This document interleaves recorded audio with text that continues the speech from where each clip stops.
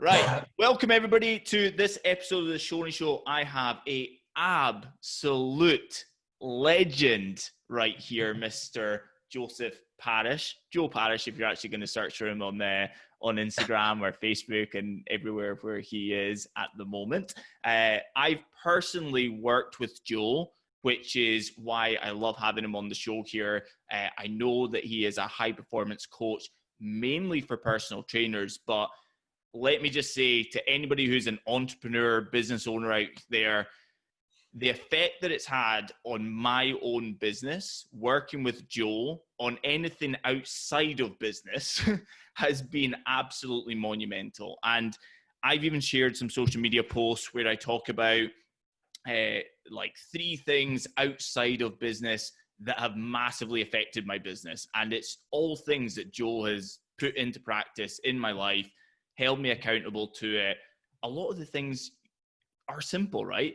Like Joe, they're simple and people will even know them to an extent at times, but you just need that framework. You need the framework and you need the accountability. And that's where Joe is just absolutely world class at it. And even if you're having a crap week, Joe is incredible at when he sends you a voice note or a check-in or whatever he's doing, he just absolutely lights up your week again. So energy-wise, you're just always performing at that sort of 8 to 9 out of 10 consistently across the board. And that's what we're going to focus on here. And before we go into 3 to 5 different things that you can be doing as a busy entrepreneur to perform at that 8 or 9 out of 10 consistently, because we can't have a business that performs at 8 or 9 out of 10 if we ourselves are not at that level ourselves. We're going to find out a little bit about Joe. So Joe, why don't you take over? Tell the world why you're incredible. Thank you, brother. That was an absolute wonderful introduction. I'm actually going to probably just crop that, and I'll save that. I'm going to keep that in my phone when I'm feeling a little bit low. So, no, dude. First and foremost, a pleasure, privilege, and honor to be on the Shoney Show. And I think it's safe to say, mate, your own kind of transformation journey, obviously leading up to the wedding, was absolutely incredible. And it's just been immense just to see you now continue to kind of skyrocket with your own personal progression and the impact that that's now had on professional as well, mate, which is absolutely fantastic. So a little bit about me. I'm going to keep this quite short, sharp, and sweet. Basically, I became the coach's coach around 12 months ago. I've been in the industry for the last 6 to 7 years. I've trained everybody from the stretch and tone 50 plus classes with Betty and the pink thermobands and the 60s music that I used to have to dance to and deliver classes to, all the way through to, I know you love them, mate. That was my hardest audience that I've ever had to teach, I have to say. I've never been so nervous in all of my life. Standing on stage, not a problem at all. Delivering a stretch and tone class to Betty and Co, mate, honestly, the hardest thing I've ever done. All the way through to some of the best athletes that have competed on like the kind of world stages in bodybuilding, sport, etc. Yeah, I've had the incredible opportunity to work with hundreds, if not thousands of people. And more recently, over the last kind of 3 or so years, spent a lot of time working with personal trainers, and obviously being a personal trainer, gym owner, online coach, myself, and having been through kind of that process, just the lessons, I suppose, the truths and the struggles and the challenges that I've experienced myself going through my own personal journey. And now realizing that as personal trainers, we spend so much time looking after everybody else that actually there wasn't really anybody that we could turn to that were able to kind of articulate, understand our problems, our needs from a body perspective and also from a business perspective, in order to make sure that we were now going to be turbocharged, supercharged, and operating and delivering our very best. So for me, it was a fantastic opportunity just for me to be able to really kind of grab that niche, I suppose, more so than anything else, and really just try and now and have a huge impact on the market in the industry by now just kind of giving coaches that platform, that pillar, that support, that accountability, that guidance across body, business, brain, and balance, in order for them to be able to consistently perform and operate at a much higher level across those 4 metrics, so that they can now go and have a bigger impact, and we can transform and change not only the fitness industry, but also society, because it's obviously having that knock-on effect. Love it. That's absolutely awesome. And obviously, like I said, I've had personal experience of working with you, but it's no secret the kind of results that people that are working with you are getting, because so many of them shout about their experience of working with you on social media. And so we get to see their sort of experiences there. And something that's so interesting with what it is that you do. And I was actually speaking to somebody who joined the mentorship program after he was in the 16-weeker, graduated into the mentorship 2 days ago. We had a bit of a kickoff call, and he was talking about going down a very specific niche. And he was like, this is what everybody wants, but nobody wants to say it. So they put it in their application forms, and, it's, a bit of a taboo subject. And it's funny because I said to you recently that something that I think is absolutely incredible about what you've done is you've gone and zeroed in on I'm the coach for personal trainers, and you've done it so well. And in that year of being in that niche, you have completely changed the actual market for the way that they think about having their own coach. Like, it used to be a thing where personal trainers were kind of weirded out unless they had a bodybuilding competition coming up. They were weirded out by the idea of anybody knowing that they personally had a coach, like it was a bad thing. Whereas now, everybody that works with you shouts about the fact that they've got a coach, and they're putting out on their Instagram stories. They're doing posts about why they have a coach and how it holds them to a higher level of accountability and all the benefits of having you as a coach. I just think that's absolutely incredible. Like, have you seen that exact transition, or is it just me from an outward focus seeing that happening? I think, mate, I've been through exactly the same period where I spent many years letting my ego get in the way of my own personal progression. And my thought process was always, if I hire a coach, then my clients are going to think that I don't know what I'm doing. And I think that was kind of the biggest limiting factor that actually stopped me from really, truly progressing and kind of fulfilling my full potential at the time. So I can certainly resonate with exactly what you've just said. And I think one kind of key quote that really stands out for me was by a guy called Alan Cosgrove, and I'm probably going to butcher it, so I apologize, but it was along the lines of, if you believe in personal training and coaching so much, and that's exactly what you sell and that's what you provide, and you know that you can transform and change somebody's life through the power of coaching, then why don't you invest in buying coaching yourself? And that for me was a massive, kind of flip of the switch, I suppose. It was almost just yeah, actually, do you know what? If I believe so much in the power of coaching, why am I not investing in personal coaching in whatever field I'm looking to develop, myself, which at the time was obviously kind of physique development. And I think that's kind of been the kind of big transition and the big shift over the last couple of years, especially. It's just now actually coaches now starting to realize that actually, do you know what? The leverage that they can get through hiring a coach, the accountability, having somebody to hold them to a higher standard than they're currently holding themselves. And also, most importantly, having the stress taken away from their own programming, from their own considerations, just so they can focus on doubling down on their clients, I think is absolutely invaluable. So whether I've kind of paved that path, I'm not sure. I know there's a lot of people out there that are doing some incredibly phenomenal work. But certainly for me, I want it to be this known thing that it's not a bad thing. It's not a negative. And if anything, it's only going to actually support and enhance your coaching business, because you're now going to be performing and operating at an even higher level.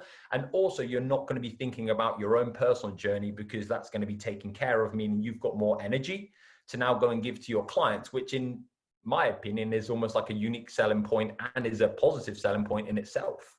Yeah. Because I think we have coaches, two ends of the spectrum. You either have coaches that are so worried and focused on their body and their physique, and all they really care about is themselves, or you have coaches that are super busy, their business is thriving, their business is booming, but they're so busy looking after everybody else that their own personal well-being suffers as a byproduct.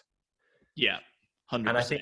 And I think it's just trying to find then that kind of equilibrium and balance more so than anything else, whereby you can still get into the best shape of your life, but you can also double down and have an even bigger impact in your kind of industry market and in your business, in order for you to be able to thrive while still managing balance social relationships whilst also looking after brain with CPD, personal development, and just kind of general kind of mindset work as well. Yeah, that is such a powerful question that you just put out there about, you know, if you truly believe in coaching, and, you know, the thing that you shout about is about how it can fast track you between where you are now and where you want to be, and all of those things that coaching actually entails, then why don't you have a coach? And I know that you and I are exactly the same with pretty much anything that we want to put our minds to and we see as a focus. Almost our first thing is, who's the coach? Who's the person to get us there? You know, you've got coaches from everything from business through to your guitar lessons.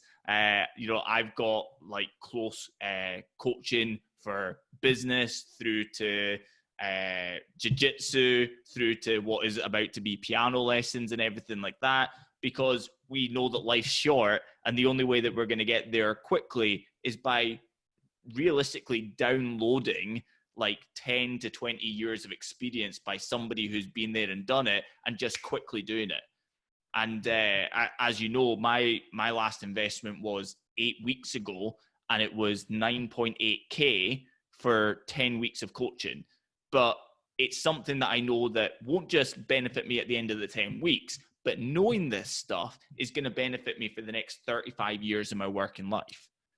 Yeah. And, you know, it's that thing. I love the question that you put out there. It's so good. It's such a powerful question. It's even got me, as somebody who invests in himself in pretty much all avenues that I take very seriously. It's got me questioning, am I investing enough? Like there's definitely other things that are important to me that I should be invested in. Yeah, I think it's just that the power of leverage. And I think that, you know, and just making sure that the person that you are going to be coached by, you have built that kind of know, like, love, and trust kind of with. You've seen the proof in the pudding, and you not only like the results that they're delivering, but I also think kind of them as a person, I think, is absolutely key, because it's that relationship that I think fundamentally is going to ultimately dictate your success. And I'm a massive, massive believer in that. But yeah, like the power of leverage and experience, and just being able to learn from somebody's failures, fuck ups, mistakes, and then also successes, I think is the kind of the biggest thing. And I know that, yeah, reading kind of Ego is the Enemy for me was almost like a bit of a kind of flip of the switch along with that statement, because it was just like, do you know what? I was just holding myself back. And it wasn't because my clients were telling me that I didn't know what I was doing by thinking I needed to hire a coach. That was just the story that I told myself and I'd made up in my own head.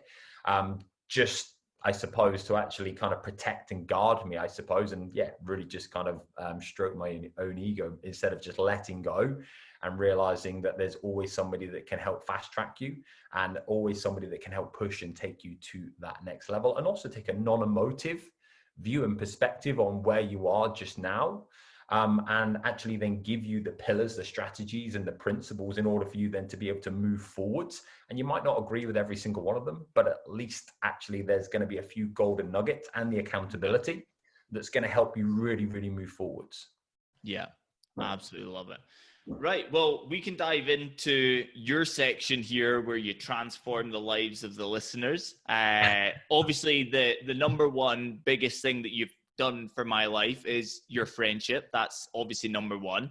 But second of all to that is the impact in having working with you, how that affected my business and everything, just by me simply getting up, energized, performing at a much higher impact every day. Like the types of days that we've all experienced, you know, when it's usually when you've got a big deadline coming up, and you have a day where you get up early and you are so engrossed in the thing that you need to have completed by tomorrow, that by the end of the day, you're like, I can't believe I actually just went and did all that. And it's like, imagine if I was working like that every day. And the simple thing is, you can't do it if you don't have, you know, the energy levels, the structures, and everything outside of the business to perform at that level when there isn't a scary deadline behind it. And, you know, you massively impacted that for me personally, because I don't get out of bed every morning now feeling knackered. You know, I get out of bed actually wanting to get out of bed, and structuring days and structuring workouts and everything, just so that I actually feel energized completely through the day. I don't need a 2 p.m. nap, even though I absolutely love a 2 p.m. nap. When it's optional, I'll actually try and get myself tired because I know how much I'm going to enjoy it, but I don't need it anymore. Is the big thing. So I can get a lot more done. It can be higher quality work, and it's more consistent. So any day that I know that it's a work day and not an off day, I know it's going to be high impact. I know I'm going to achieve excellent things, and it's, you know, because of the structures that you put in place with me. So if you want to take over with 3 to 5 things that we can be doing as busy entrepreneurs, busy coaches, busy professionals, that will help us perform at that achievable, amazing position of like 8 to 9 out of 10 consistently any day we choose. Superb, brother. And also to add to that, Neil, now that you're no longer having 2 meals of 120 grams of protein per meal and about 12 coffees a day.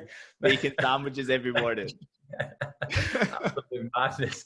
I think just to kind of go on from kind of what you were saying, I think when you think about the reason you got into the industry that you're currently operating in, the reality is like, and you'll know this, mate, we've talked about this and kind of countless times before, like how you started your career. You are time rich and you are money poor. And then the busier you get, the more you start to work on your business, the more things start to grow, the more you have like different roles and responsibilities within that business before then you're obviously able to scale and start to delegate. Your own priority and your own priorities and your own needs all of a sudden just end up at basically the bottom of the priority list. And what started as you looking after yourself, you then obviously spending time with friends, family, and looking after kind of the other important aspects of life. And then obviously like the business, the hobby, I suspect it probably was for a lot of people at the start, being kind of almost at the bottom of the tree. It's almost like now, as you've got busier, it's almost flipped on its head. And the reality is now the way in which you're planning, you're structuring your day, your diary, your life, your goals are all centered around like business, work, clients, and then the family time and the social relationship time. And then more often than not, I find that a lot of coaches are at the bottom of the kind of tree, and they end up putting their own needs, wants at the, you know, kind of very last on the to-do list within the diary, which then basically means it never, ever ends up happening. So they have no non-negotiables, they have no set deadlines or anything in place that are going to give them the key core pillars and habits and routines that are really just going to give them the anchor and the structure within their week in order for them to be able to really go and serve themselves so that they can then go and serve others to their greatest capacity. So I think the first kind of key core concept that I would highly advise and highly recommend, that I actually didn't make up or actually implement, it came from a guy called Tony Schwartz, is this thought process of think energy management, not time management. Because I think what a lot of people start to do is they spend so much time trying to micromanage every single hour of the day. And I know that you're a massive kind of high performance planner guy. I've got my high performance planner here. And I know for so many years, it was like micromanage your time, make sure you can block every single hour out and make sure everything is as, you know, consumed and as disciplined as possible. But the reality is, as human beings, we go through spending energy and renewing energy. We're never always going to be 100% on the money. And also when you're now running your own business or operating at a high level, you will have low income generating tasks, high income generating tasks. You'll have tasks every day that are going to drain you. You'll have tasks every day that will sustain you and will also renew you. And I think it's really important that when you're looking at structuring and scheduling your diary and your day, you can now look at, right, okay, when are my high energy points throughout the day? So you will probably know when you are the most creative. You'll probably know when you almost get a little bit of a dip and you're probably feeling a little bit meh and you probably want to go and sit on the sofa, stroke your cat, have a coffee, watch Netflix for an hour and just chill out and just kind of renew a little bit of energy throughout the day because you hit a little bit of a slump. But the problem is when we kind of have this thought process of like time management is we then try to micromanage every hour and try to cram as much in with no consideration around our own personal energy. And actually, when are you going to be at your best and when are you going to be at your worst? And one thing that I get my clients to do is we almost have like a traffic light system: red, amber, green. When are you at your best? When are you at your worst? And then if you look at your week and you look at your schedule, how can then you start to then plan your high energy tasks with your high energy time? your low energy tasks with your low energy time. So that when you're feeling a little bit flat, you're feeling a little bit, low, and you just have little creativity and little energy, you could be doing some admin. I know you've talked, Neil, about setting up like ads, or even just kind of doing some social media posts and different bits and bobs, just even of an evening time whilst you're watching Netflix. Because you know that actually, it doesn't require too much. You can pretty much just do it on autopilot. It's a low energy task at a point where you don't really have that much energy, and that facilitates and fits in quite nicely. So I think if you can just start to compartmentalize your week into energy management rather than time management, because we all have 24 hours in the day, but we only have a finite limited supply of energy each and every day, for you to operate and deliver and give your absolute best. That for me has been a huge transformational shift in how I think, how I operate, how I work, and also how my clients think, operate, and work, which has been an absolute game changer. And it just allows you also as well not to feel guilty, not feel as bad, and not get frustrated at yourself when you are supposed to be doing some deep creative work. But actually, do you know what? The time that you penciled it in, you know that you usually feel terrible. You know that it's not going to be a time where you're going to be productive, and you end up then procrastinating, feeling worse, and doing absolutely nothing. So I think as a kind of a starter to kick us off, I think energy management, not time management, is a fantastic way to think. If you can diarize and plan your day like that, that's absolutely essential, whilst ensuring your non-negotiables are also in there as well. Like the things that you need and must do for yourself every single week that are going to help you serve, lead, and support and look after the vehicle that's going to help you drive yourself forward, your business forward, and also your family, friends, partner, relationships, whatever else forward as well, dude. So yeah, that's number one. Has that for you, Neil's, been something? I mean, I definitely know that that's something that you kind of already do. Yeah, massive. And really identifying the times of the day for me that were, like I said to you right at the start of working with you, that like mid-afternoon, that sort of like 2 p.m. to 4 p.m. is just like rubbish for me anyway. I'm super productive first thing in the morning. Literally, I can like jump out of bed and I can go straight into work, and I love it. Whereas after lunchtime, usually around 2 o'clock, there's this like 2 hour slump. So in that 2 hours, like I'll work for six or 7 hours straight if I want to. In the lead up to that, if my energy's there, just like you're saying, so play to your energy strengths. If my energy's there, I don't need to take a break just because it says on my to-do list that there's a break at 10:30. If I'm feeling great, I just hammer it. I use that momentum.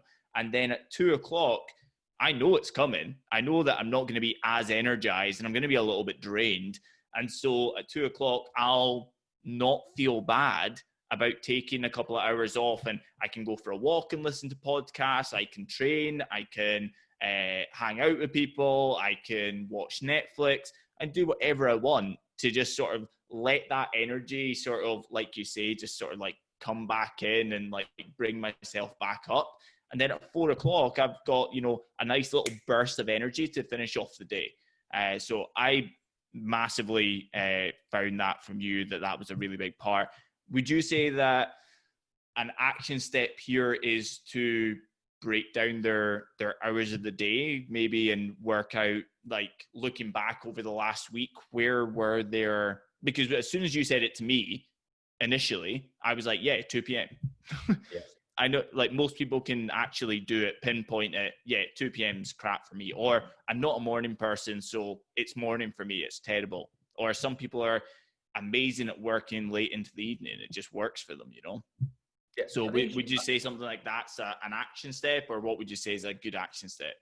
Yeah, massively. Just raising awareness just for the first couple of weeks, just for you to be able to, because I think sometimes like people just almost don't appreciate or realize that actually they have great energy at points and low energy at other points. It's just like this thing that they expect.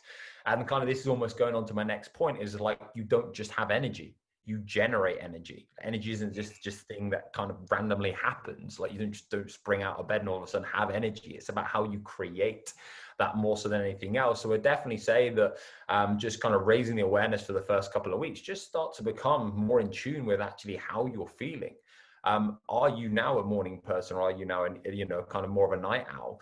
When do you operate at your best? When do you operate at your worst? What tasks are you putting at times of the day just now that actually, do you know what, are taking you twice or three times as long? Because do you know what, you're nowhere near as focused. And you could actually probably switch that to another point of the day when you have a higher energy point, which is going to allow you to be far more productive, get deeper work done. And it's going to allow you then to be able to kind of really accelerate the speed of, I suppose, everything that you're doing across the board. And I think like the big thing for me is just then also realizing throughout periods of times throughout the day, what are you doing to renew your energy? So like for me, like renewing energy actually is like going on the assault bike. Like going on the assault bike for me is me renewing energy because I can put my headphones in, listening to music, my heart is pounding, my legs feel like they're about to explode. And I can't think about anything else other than literally thinking my heart's going to explode out my chest and my legs are on fire. So like, even that for me, I get off that and like the kind of endorphins I have are absolutely unbelievable. I'm almost reset and ready to rock and roll. And I haven't been able to think about anything else. Another massive one for me is listening to podcasts, audiobooks, and then walking the dog as well. They're kind of like three things. Yeah, the Shoney Show. Just back-to-back reruns of the Shoney Show. That's number one. Just repeat. It's literally just get it on a loop. But like they are like the three things that I do like each and every day to be able to kind of like almost renew my energy, so that actually they are just almost like kind of little recharge points. So even just think about like for you, like, hey, well, actually we just talked about you taking up like the piano, like even just having now the cat, training, jiu-jitsu, all these little things. Like actually just now think that actually these are little kind of points that you enjoy, you look forward to, and actually just allow you just to renew a little bit of energy so you can go and get after it again. So yeah, just looking at your week, raising intention and raising that awareness, and just starting to think almost like compartmentalize your days into kind of high energy points, low energy points, and even, compartmentalizing your week. Like for me, Monday, Tuesday, I'm normally supercharged. I'm ready to rock and roll, run through brick walls, and I will literally go for hours, not a problem at all. Wednesday, we just talked about having a kind of me and you creating some accountability with one another, having like a Wednesday off day, whereby like now actually I know normally on a Wednesday I fall a little bit flat because I've been going hard Monday and Tuesday. So right, okay, do you know what, Wednesday I'm not going to put any kind of high energy, or I'm not going to put any demanding work in on a Wednesday. I'm just going to keep it quite low level. I'm going to take some time for myself. And then that means Thursday, Friday, boom, I'm ready to rock and roll again. And actually just being strategic like that and working with that is just far, far better than just trying to micromanage every single hour and trying to cram as much in. Because it allows you then just to get far more done in less time, be more productive. And also I think you feel less guilty, you feel less on edge, and you feel less overwhelmed as well, which I think is massive. And then it's your thought process around generating energy as well. So when you are going into these tasks, when we're going into conversations like this, when you're going into a business meeting, a coaching call, whatever it might potentially be. And this was something that I took from Brendan Butcher, the high performance planner dude. And it's this thought process of like almost like setting intention. Who do you want to be? What energy do you want to deliver? When you walk and go into that room, how do you want to make people feel? What type of person do you want to be to that audience or to that individual? How do you want to leave them feeling? And if you can just almost like between tasks, just set yourself that thought process just before you go from work to Adri coming home, like it's a great little reset that you can now have in your own mind instead of carrying things from one task into another, which I think can actually be really, really nice, and something that I've started to implement, something that I obviously speak to my clients about implementing, and something that I've also found has been massively beneficial, because prior to that, I'd almost been going into like work mode in the office straight downstairs, but hadn't necessarily been really thinking about, right, okay, well, I'm almost playing like a different role here in comparison to the role that I'm going to need to play in about 45 minutes time to my parents and to Leanne, who's currently sat downstairs waiting on me to go for a walk. And it's just making sure that I don't carry this into that, if that makes sense. That is so good. That's so good, man. I hadn't even really realized that before. I'm bad for that. Like I'll be working, and I love cooking. So, you've probably seen the recipes, mate. You've probably been on the Instagram stories, right? The food porn's incredible. I love cooking, and yet if I've had a really busy day, and I literally am typing away up until the point in which I'm about to turn the oven on or start prepping whatever it is, then the cooking becomes like a work task, and it runs like a work task. And I forget to put on music, and I forget to just chill out and enjoy the process of it. And I look at it like I'm working, and I feel like I'm working, and it's not enjoyable anymore. And it's, it's actually making the mental thought, hey, this isn't work, this is enjoyable, like enjoy the process, and, get in the right energy state for that thing. That is, I hadn't even really identified that I did that before. That's profound. Yeah. And to be fair, and again, mate, that was something that I'd obviously got from Brendan in his book, which I thought was absolutely invaluable. It was just a little nugget, but I just think that this is so empowering, especially now with like COVID, a lot of people working from home, families, and again, like everything's under one roof, because it's slightly different. I think when you obviously will go to an office or you'll go to the gym or whatever, because almost you've then got that different environment. But when you're in that one environment all the time, I know you've been working from home for forever, and I've pretty much done exactly the same thing. It can be quite easy to carry things along with you instead of almost just like raising that intention and then thinking about the energy that you now want to generate, which is absolutely massive. So yeah, dude, like even just thinking about that 60 seconds is a game changer, and just getting into state as well. Like I actually didn't do it for this call because we were just shooting the shit and having a great time for half an hour before we even came online. But normally if I was going to deliver, and I'm sure you'll be exactly the same, it's like I almost have like a little mantra that I go through in my head for about a couple of minutes, that I will basically just tell myself in order just for me to be able to kind of get myself into state, so that when I'm ready to deliver, it's almost like I've just built myself up. I've told myself who I'm going to be, what I'm going to deliver, what I'm going to do, what type of person I am. And then when I'm ready to kind of hit the green button, I'm ready to go, instead of just coming like jumping on a call and just being a little bit of a rabbit in the headlights. I've been able to clear everything and just get clear on, okay, what is my job right now? What do I need to do? What do I need to deliver? What do I need to produce? And what am I going to tell myself to make sure that I can jump onto a call and I'm going to be able to deliver my very, very, very best, regardless of what else has gone on throughout that day. Yeah, that's awesome, man. That's so good. I'm not going to go in any further on that, because I think you've absolutely nailed every angle for that second point. What would be your third? I think for me, mate, is looking at your protective armor. This is something that I speak to a lot of people about with regards to obviously guarding your inputs and protecting those as much as possible, and limiting and restricting your outputs. Because the reality is, at this moment in time, with social media, the media, people's opinions, family, friends, and all these other considerations, I think at this moment in time, more so than ever, we need to be able to protect and look after ourselves. And again, with the different roles and responsibilities, the problems, the challenges that you have to face on a day-to-day basis, being like a busy entrepreneur, busy business owner, it's absolutely key now that you have the ability to now basically make sure that you're wearing a kind of layer of protective armor each and every day. So number one, you're guarding your inputs. So sleep, priority number one, probably the biggest thing that most people will neglect when building a coaching business, whatever type of business is going to be. That'll be the first thing. It'll be, I'll take better, the thought process and the statement that usually runs through somebody's head is, I'll take better care of myself in X time. Yeah. Once I accomplish X, Y, or Z goal. Right now, I need to hustle, work, grind, get after it, meet this deadline, do this work, nail whatever task. Whereas actually, if you're able to kind of almost reverse engineer that, and you're able to go, right, okay, do you know what? Right now, I need to look after myself, protect my sleep, make sure that my nutrition is in alignment with my health, my energy, my performance, and then my body composition.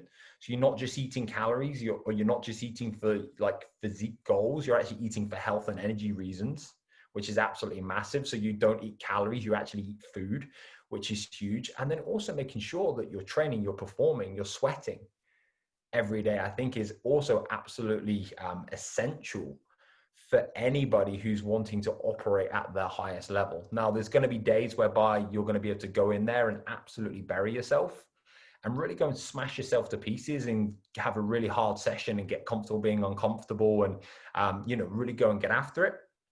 And there's going to be other times as well that business and work and life and family and everything else will have taken over. You're going to be feeling a little bit flat. Your motivation is probably going to be a little bit low. Energy is probably going to be a little bit low. And they're the days where you're like, man, can't really be bothered. But they're the days you go in, you chase a pump, you get a bit of a sweat on, you get a little bit of, you get the blood flowing, and you come out feeling good. You've not gone in there and smashed yourself to pieces on that same day, the day that you're feeling pretty low and flat. That's when you know when to push and when to pull. And you're using training as a mechanism for it to almost like restore you. And when it's there for the taking and you want to go and build a little bit of mental resilience, you can go in and really go and put yourself in the hurt locker and go and get after it. So I think kind of the sleep, the food, and the training are absolutely essential. And then I think other key principle from an input perspective is just daylight.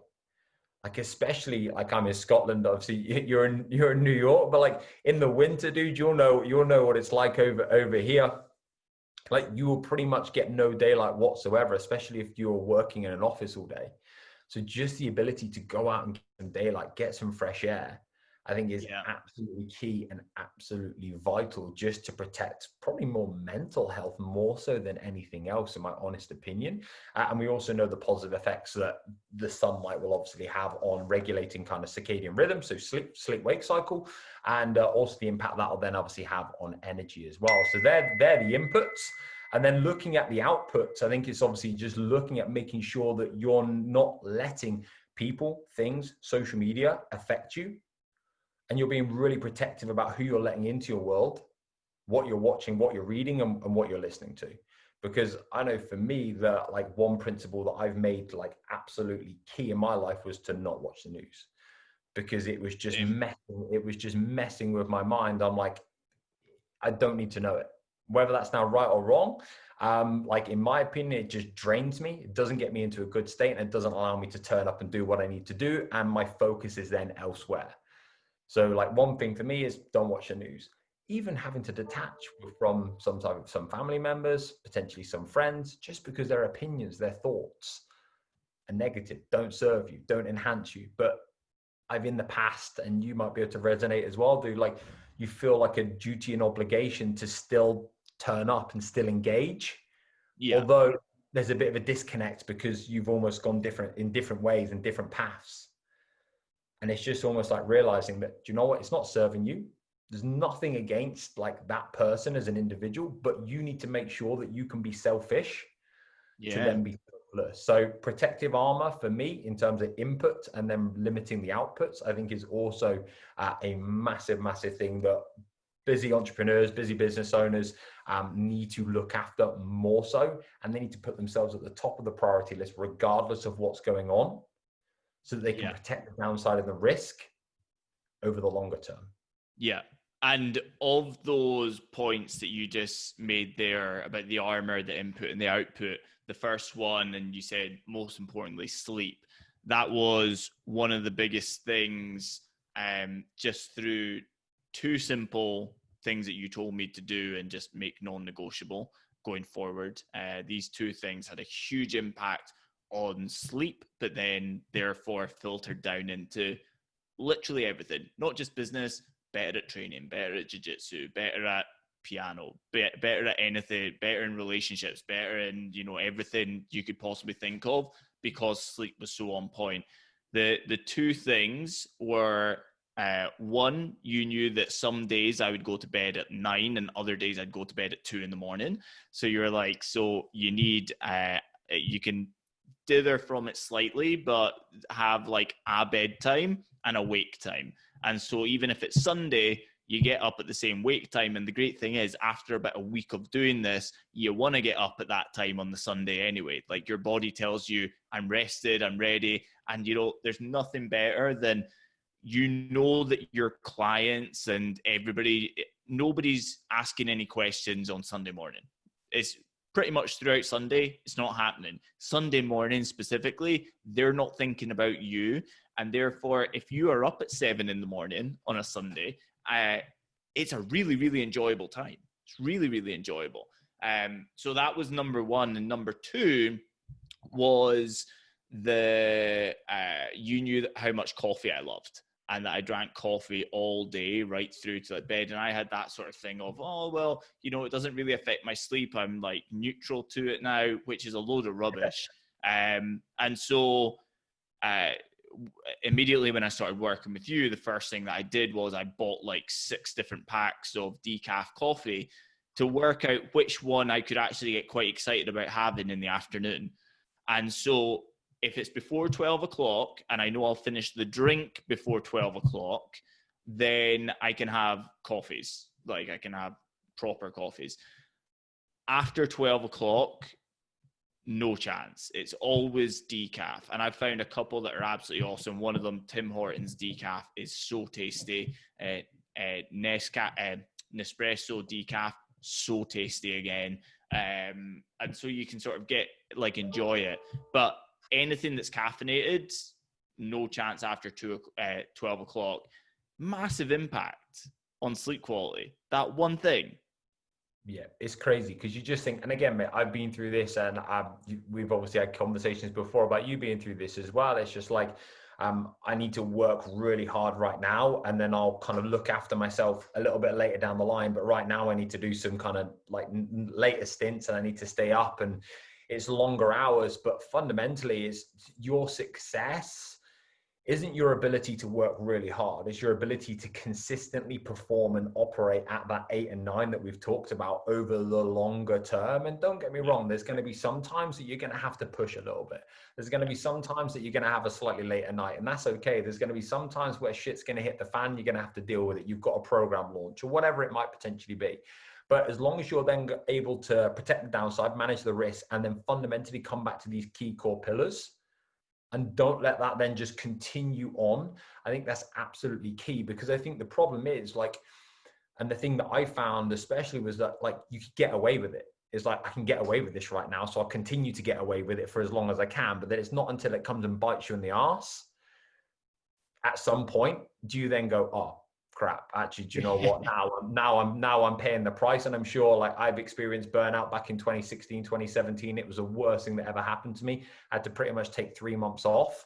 I spent 3 months in bed at the start of 2017. And I just basically paid the price for working too much, trying to burn the candle at both ends, as my mom would say, not managing and looking after myself, serving everybody else before myself. And yeah, like consequently, obviously, like my business, my own personal well-being suffered monumentally. And then I had to pick up the pieces. And that was obviously kind of almost like where this whole kind of thought process of management across those 4 Bs kind of really came from. Because yeah, our ability to work hard, and I'm sure everybody that's listening to this podcast as well, like your ability to work hard isn't the problem. Your challenge is probably not working so hard. Because if somebody told me to not work as much, not work as hard, like that would mess me up in the head way more than somebody telling me, and we were just having this conversation before, weren't we? Like about like working a little bit less and feeling guilty and feeling like a little bit lost and your mind's playing tricks on you. And I think it's this thought process of like your ability to work hard is phenomenal, which is kind of like why you are where you are and why you operate the way in which you operate and why you're listening to this podcast. But your ability to almost like tone it down a little bit and chill out is the biggest personal battle that you probably face in your head. Yeah. And it's crazy, right? It's like the messed, polar opposite of what you would think on the front of it. Yeah, it's messed up. And I think, you know, it's our ability just to appreciate that, right, okay, that's a superpower and that's a strength. And it's just about how can you just raise awareness more so than anything else. We're not wanting business owners, entrepreneurs to walk around shredded and stage ready, but it's just about making sure that your body shape, your health, and your performance represents your brand, gives you an aura of confidence.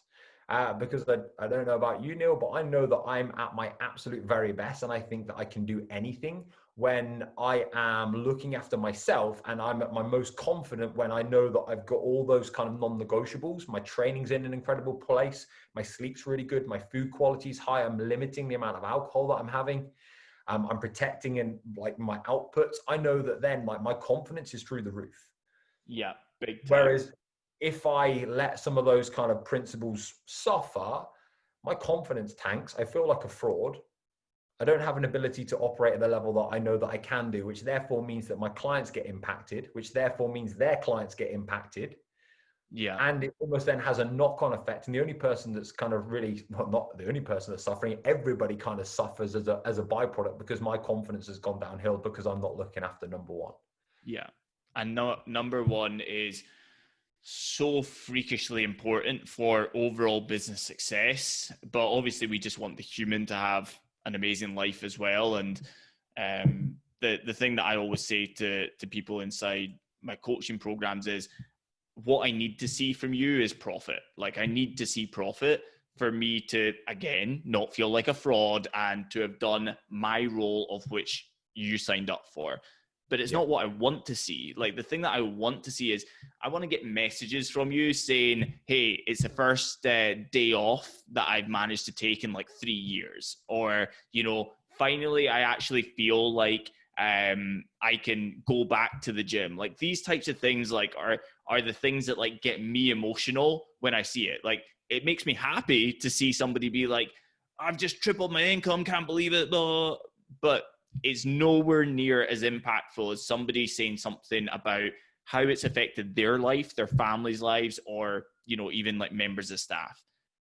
Like, one of the first people that joined the 16-week digital marketing program, when they said, they didn't tell me this when they joined, but they told me like 3 months later that they did the 16-week digital marketing program as a last like grasp at saving the business. They had 7 members of staff. They went down to 2 or 3. They were about to go down to 2 or 3 members of staff. They went and did this, and they weren't just keeping the members of staff. They were now hiring to expand. And like, for me, I was like, exactly what you just said there about who are they impacting? Like, we impact them, but who are they impacting? How many families just changed because she was able to maintain those members of staff and add to the roster as well?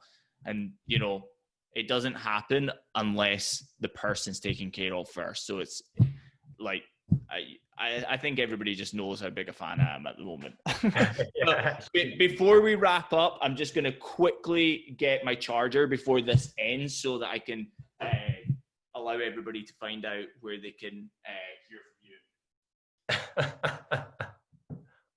Run, Neil.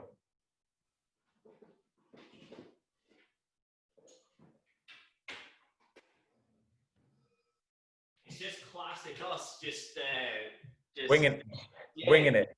1, winging it. 2, speaking for 45 minutes before the podcast and just shooting the shit. And then it becomes a reasonably long podcast in itself. Yeah, absolutely. I think, mate, just to kind of tag on there, and we might as well extend this podcast because I'm having a great time. It's this thought process around like, your business success is ultimately dictated by the amount of challenge that you can handle. Yeah. And ultimately, again, that comes from you now being in a position whereby you're operating with clarity, certainty, and confidence, which ultimately comes down to you being selfish and managing that kind of self-care to service paradigm that needs to be protected and looked after. Whereas we spend so much time in the service sector instead of actually not enough time in the self-care sector. And if you were to spend more time focusing on that a little bit more, the confidence, the certainty, and the clarity would be even higher, would be even greater. And your ability to meet challenges head on would be far more certain. And your ability to then overcome those will be far greater, just because now you're going to be recharged. And I think that's kind of the big thing about it. It's just like, this isn't about the physical performance. It's about the mental and the emotional, and making sure that they are on top form as well. And you're not always going to be at 100%, but it's just about making sure that you can now consistently perform and operate so you can take yourself to that next level. Because I think a lot of people, like I've had this thought before, is like, I'm not sure I can go to the next level right now because I'm struggling to just stay alive at the level that I'm currently at. And like, one of the big things for me was like, it wasn't my marketing, my sales, or anything like that. It was actually just my own self-care that needed to be upgraded, which then actually allowed me to become more efficient and more effective, which then allowed me to actually perform and operate at a higher level without changing anything else, because everything else at the time was A-okay. Love it. Absolutely love it. And when you say that, one thing that I picked up there is about like sales, marketing, etc. And it made me think, actually, I want to like ask Joe about like his marketing and what he's doing, because like you do really well at acquiring new customers, keeping them for a long time. You've obviously got great marketing sales systems in place as well. But I don't want to detract from how impactful the stuff inside this is, because otherwise people will think about the last thing they heard and they'll think about sales and marketing and everything. I want everybody to use this episode as a way of upgrading themselves, so it upgrades their business and it upgrades their life. So we can keep chatting after this, but we'll actually put a pin in this episode, and we'll definitely get you back again. I know that everybody's going to absolutely love this. It's going to be an incredible episode. So we'll definitely get you back again to speak about more stuff. And obviously you're speaking to the mentorship folks as well next month, which is going to be a really impactful session for them. Really great guest session. But from here, I'm sure so many people who have got this far are definitely going to want to keep in touch with you. They might want to reach out to you. They might just want to absorb all your incredible content on Instagram. Where can they find you? What's the handles, links, whatever? Superb, dude. Instagram is Joe Parish. Facebook is Joe Parish, the coach's coach. And website is joeparish.com. Awesome. I would definitely suggest reaching out to Joe if you're a business owner, entrepreneur, coach of any kind, anybody who is in that realm of being super busy, especially if you're at a point in which you feel like there's no more hours in the day. This is going to save you tons of hours. It's going to move the business forward. And man, is it going to affect your health, your energy, your happiness, your lifestyle around everybody that you're with? It's huge. So of course, if you're a fitness coach, then it's even more specific that it's a perfect fit. But I'm not a fitness coach, and it completely changed my life, but also my business as a whole. So if you've got this far, don't just follow him, send him a quick DM, have a wee conversation, and see if there's a great relationship to kick off there as well. So without further ado, we'll say thanks to Joe for an incredible episode. And if you're watching on YouTube, obviously hit the subscribe button, like the video, and post below how much you love Joe and how great a guy he is. If you're listening on Apple Podcasts, obviously subscribe and leave a review saying how much you love Joe as a lovely human being, and you can't wait to reach out to him in the future. And if you're listening anywhere else, then just enjoy the episode, and we'll see you on the next one. So thanks, everybody. It's been a great episode. Thank you, Joe. And we'll see you on the next episode of The Shoney Show.